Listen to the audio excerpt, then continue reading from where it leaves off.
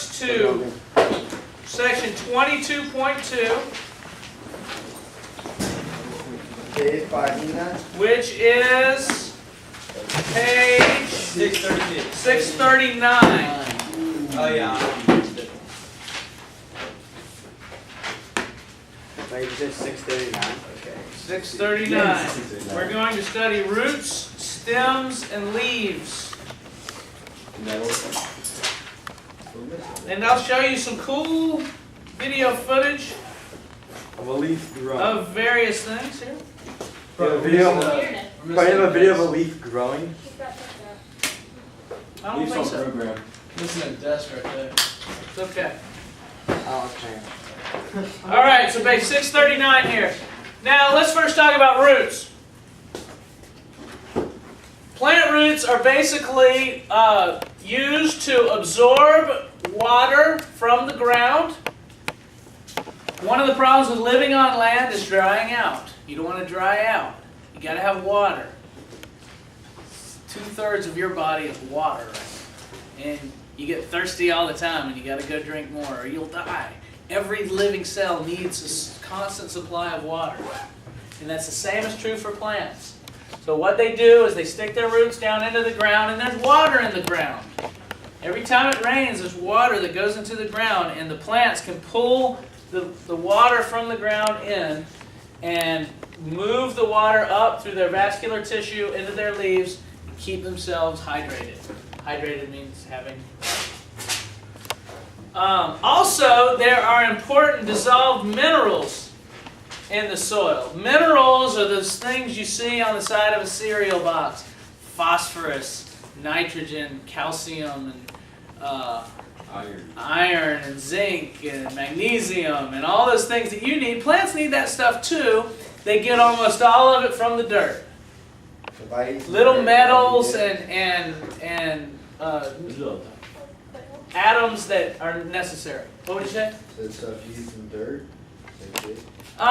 Well, there's a lot of stuff in dirt that probably wouldn't be good for you, especially bacteria. So it's not good for a human to just start eating dirt. But there is stuff in dirt that your body can use, yeah. What if you like cooked dirt, if you can do that? Yeah, you could do that. Yeah. Be easier to get it from just eating meat. But if you're spreading an island or something, you have Well, you're not going to get any energy from the dirt. You could get the nutrients that you need, the minerals that you need, but you won't be able to get the calories that you need. So if you were short of potassium,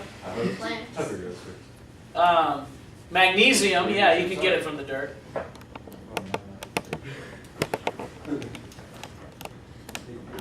Now, this shows the kind of path that water takes as it enters a plant. What water does, and here you can follow this H2O molecule here, is water gets sucked into or moves into the through the epidermis of the plant. The epidermis are the cells on the outside, and the water can kind of squeeze between the cells. If you follow this path, you can see it squeezing between the cells, and will eventually enter the endodermis. The endodermis is the layer of cells here that protects the vascular tissue. The vascular tissue is on the very inside here, and the water squeezes between the cells and goes all the way through, and then through these cells of the endodermis, the endodermal cells can control what comes in and out.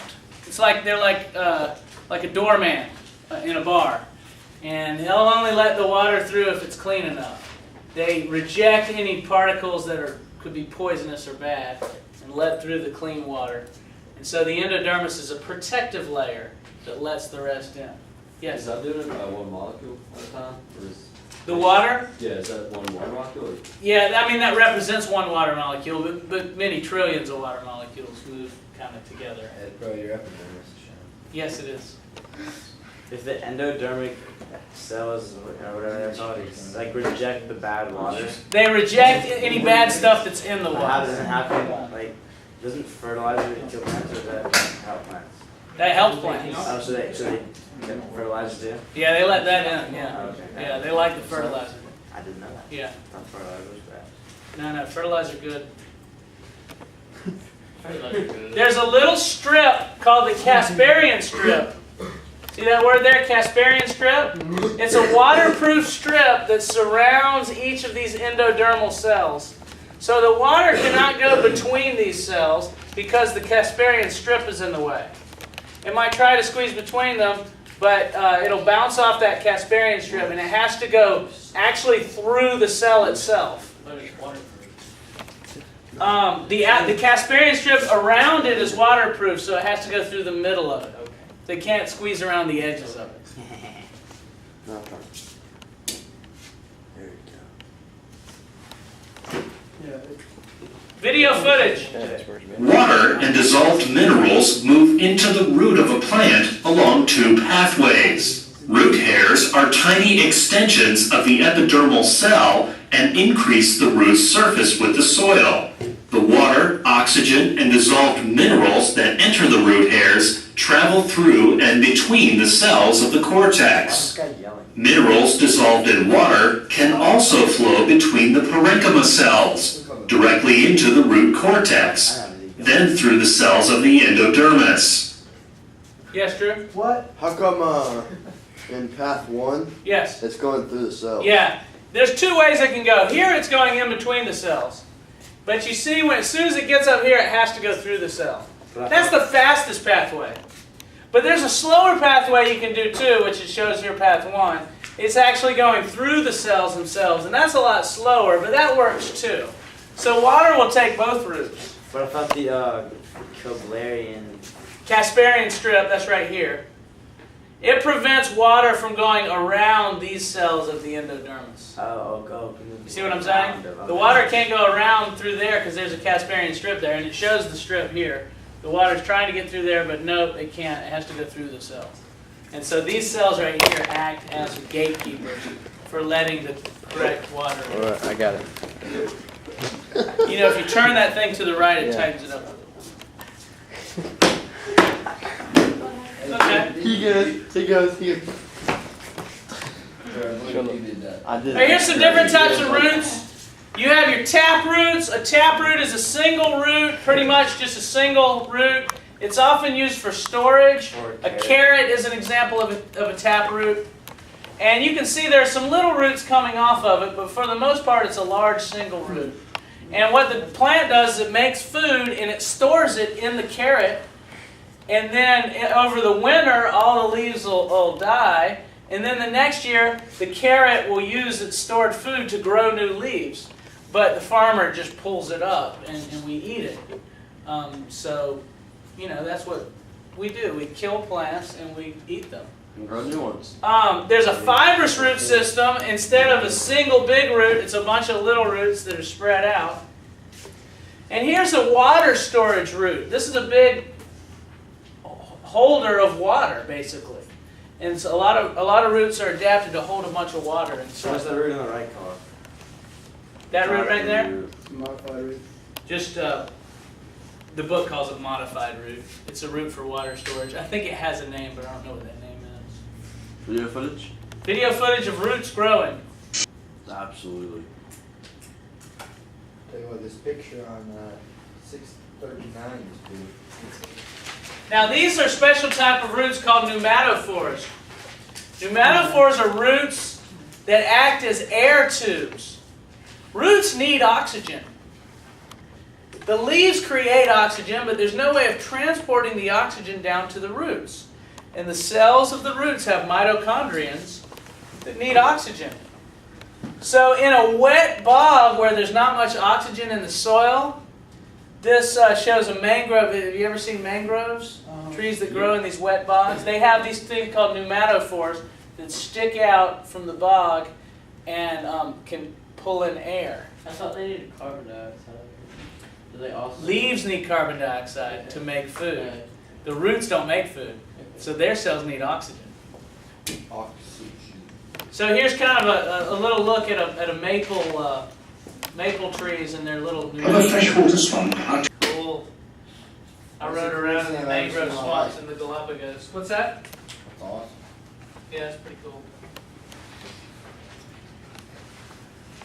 Okay, so that's roots.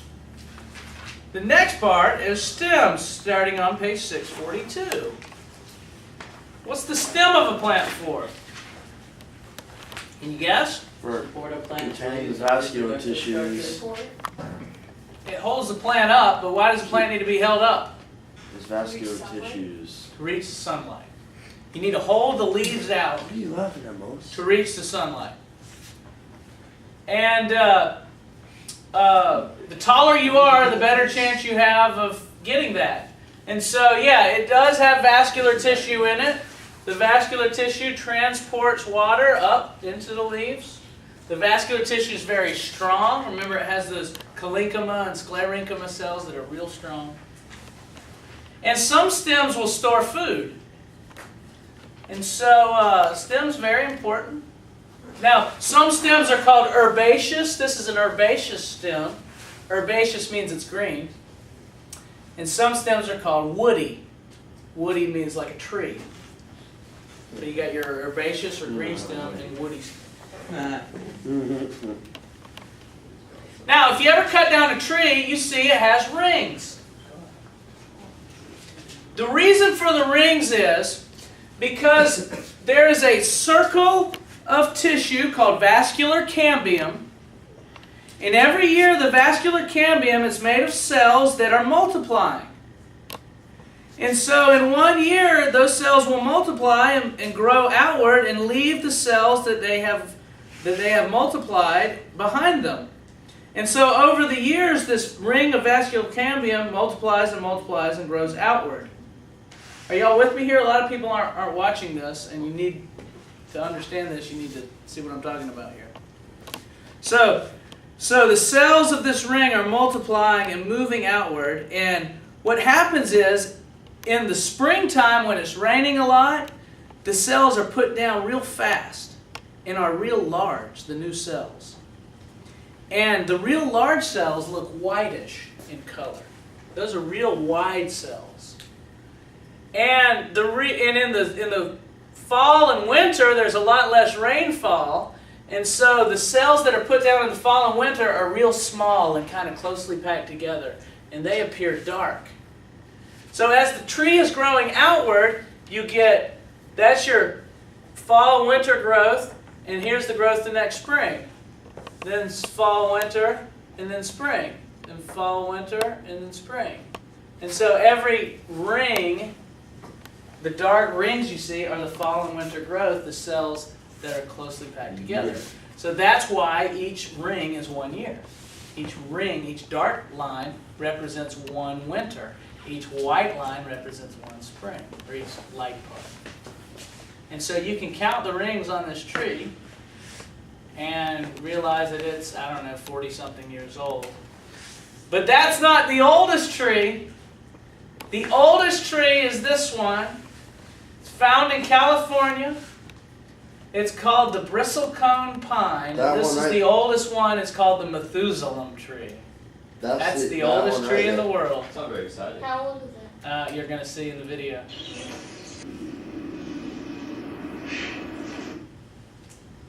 $4,000 years. That's like 40 human lifetimes for really old people. That's pretty good.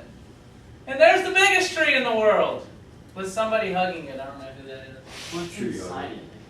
It's called the giant sequoia, also known as a redwood. They're also found in California. Yeah. You told us the biggest one could fit 8 people around, and that's more than That looks bigger than that. Good. Tree. Look at that. That's the chimney tree. It's a gift shop inside a tree. Hey, bro, isn't there a redwood like a What happens in tree? What's that? Isn't there a redwood where you can drive through it? Yeah, there's one you can drive through it. What happens in these trees is only the outer part of the tree is alive. The inner part of the tree is dead wood. And what happens is a fungus, remember fungus eat dead stuff? a fungus will get into the middle of the tree and will decompose all the dead wood in the middle. So trees become hollow. You've probably seen hollow trees before. That's because the fungus go in there and eat everything up. And so many trees, once they reach an old age, are hollow inside. And the fungus won't touch the living cells, it only eats the dead stuff.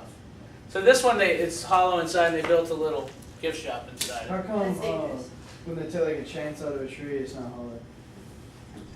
It's not old enough. Oh, okay. So if you get a real old one, it'll be hollow. I got one at my house they just cut down, and it's hollow. Look at this. These are people who cut down one of those redwoods with a handsaw. Why? Because back in the 1800s, these things were all cut down to sell for wood. What?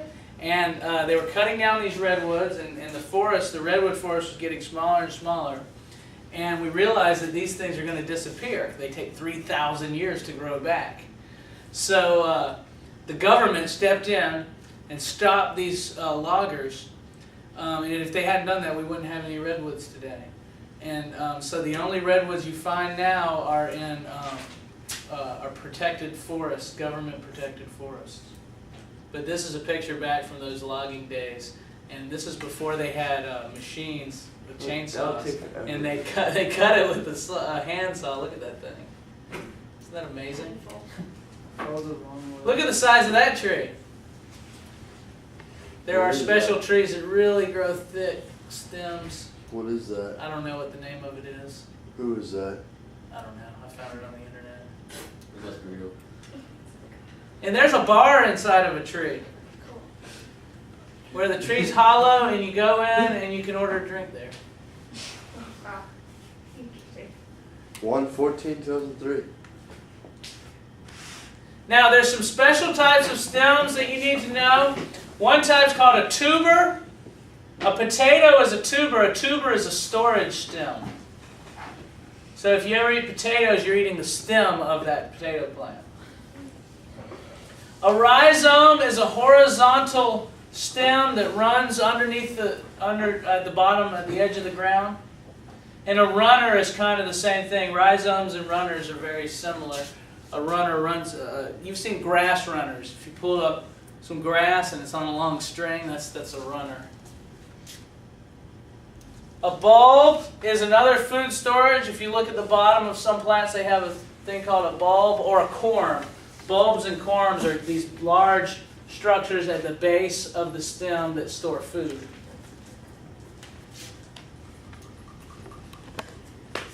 Okay? Alrighty. So that's stems. Now let's look at leaves. That's pretty interesting. The tide and the hour and the minute hand are all lined up perfectly. Incredible. And the second hand right now. That only happens once a day. Yep. Maybe it doesn't happen at all in a day. I think it happens more than once a day. Yeah. You do that on Well, it wouldn't necessarily, Every 6 hours. the hour and the minute wouldn't have to be on it at the same time. The hour could run past it. I still think it happens more than Catches once a up. day though. Not Yeah. But might, Well, might be really rare. You're welcome. Okay, let's talk about leaves. And all lined. Hang with me for just 20 more minutes and you can go home. Now, what's a leaf for? Get sunlight, water. Leaves take sunlight. Sun shines on the leaf. The leaf takes the sunlight and converts water and carbon dioxide into food sugars. And that's called photosynthesis. And it's done in the chloroplast. Now, if you're ever holding a leaf, that's right. If you're ever holding a leaf, you're holding it by the petiole. The petiole is the little stem that comes off of the leaf. There's a maple leaf. You've probably seen those. Now, you need to know some of the cell structure of a leaf. Hey, there's a stoma. The leaf, oh yeah. Hi. Huh. Hi, Graham. It's Why'd you Stony. remember that? Then why'd you say it? It's Hello. Then why'd you say it? because it's labeled over here. Why would you say Someone was I am public. But, So- I have a quick question on the root real quick. Yes. What did you say, like the root that had like the water in it was called? I didn't know the name of it. What It's is just it? this Modified. modified That's root. what- Yeah. Good. All right, so the parts of a leaf. This is on page 644. We have the cuticle, which is the waxy layer, and that's on the top and bottom. And then we have a layer of cells called the epidermal cells. You remember those epidermal cells? Those the upper. My epidermis is showing. Now in the lower epidermis, that's where the stomata are, and we tried to look for them in the microscope, but we weren't that successful finding them last week or 2 weeks ago. That hurt. But those stoma are there, and they open and close and let in oxygen, or let in carbon dioxide and let out oxygen. But then you have the important cells. They're called the mesophyll cells. Mesophyll cells are cells that do photosynthesis, and they have lots and lots of chloroplasts in them. And so there are 2 layers of mesophyll cells. This layer of cells here, that's called palisade mesophyll. You know how I remember that this layer is palisade mesophyll? Tell me, bro. Because they're in rows like a palace has columns. Oh, I didn't get Do it. you see? I got it. Palisade mesophyll. See how they're in rows? Yeah. And they're at the top. Oh. Underneath that is the spongy mesophyll. You know why they call this spongy Because mesophyll? it's spongy. Because it looks like a sponge. There's holes in it. There's open air spaces. Let go, Graham. What's that circle? Video footage of stomata opening and closing. Sounds like fun. Look at it. Oh, he said hi, Graham. Watch it open. That was Cool. Did you see that, Graham? Here's another one in case you missed it. Since photosynthesis requires carbon dioxide, the epidermal layer is equipped with specialized structures called stomata. Stomata are pores that allow gases to pass into and out of the leaf. That's a lame video. Hold on, let me show you. This is a better one. No, what is it? Like on the New York trip.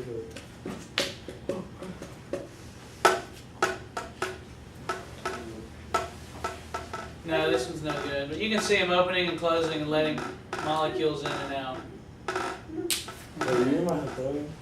See that? No, Graham, you're not getting any of those? Stomata? Stop calling Quit copying. We're not like it's not your fault. Insane. Does anybody else hear that clicking? It sounds like a Powerade bottle in the nose. Oh wait, here's stoma video. The opening and closing of guard cells regulates transpiration. Guard cells are cells scattered among the cells of the epidermis. When there is more water available in surrounding cells than in guard cells, water enters guard cells by osmosis. When water enters the guard cells, the pressure causes them to bow out, opening the stoma. When there is less water in surrounding tissues, water leaves the guard cells. The pressure is released, and the guard cells come together, closing the stomata. You can think of these guard cells like water balloons, like long water balloons. And they're together like this, but if they fit, if water runs into them, they get even longer and they bow outward. Okay. And that opens up the stomata. Gotcha. And so stomata will only open when enough water is present. And we call the loss of water through stomata transpiration.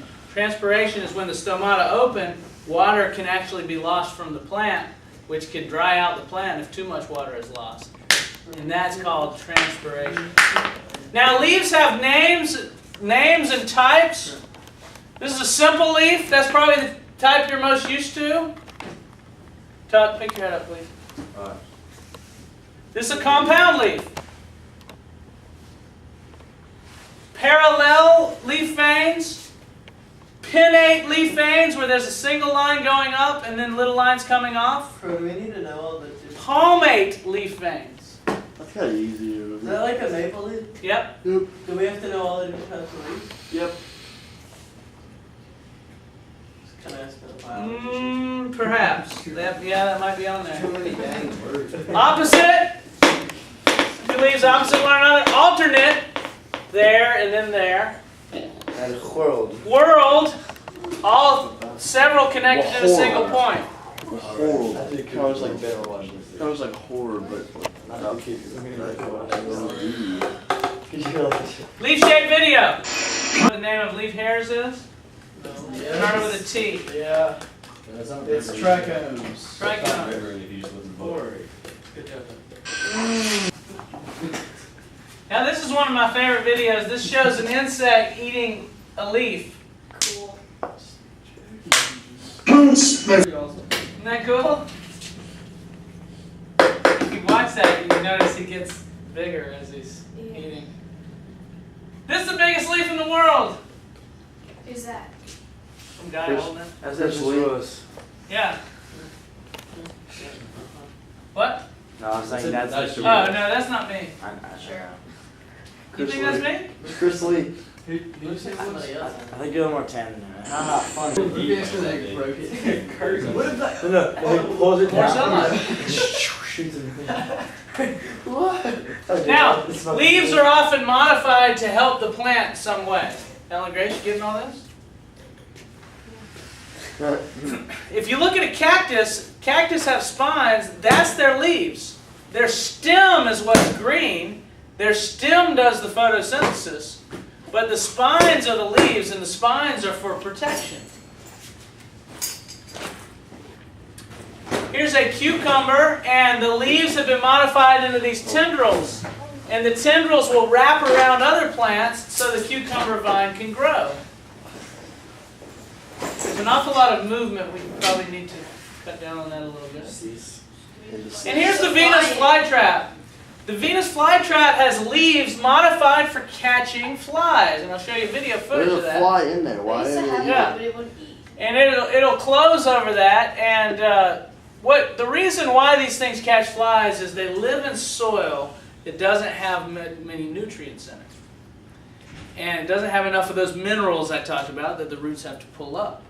So to supplement, they still do photosynthesis. You can see this is still green and can do photosynthesis. But to be able to get enough nutrients, they'll eat animals. They'll catch flies, and the leaves are modified to do that. And they close over it and release digestive enzymes that break down the bodies of the flies, and they steal the nitrogen from the flies. You would think that flies would learn not to fly. Water and drums. The tiny corpse dissolves.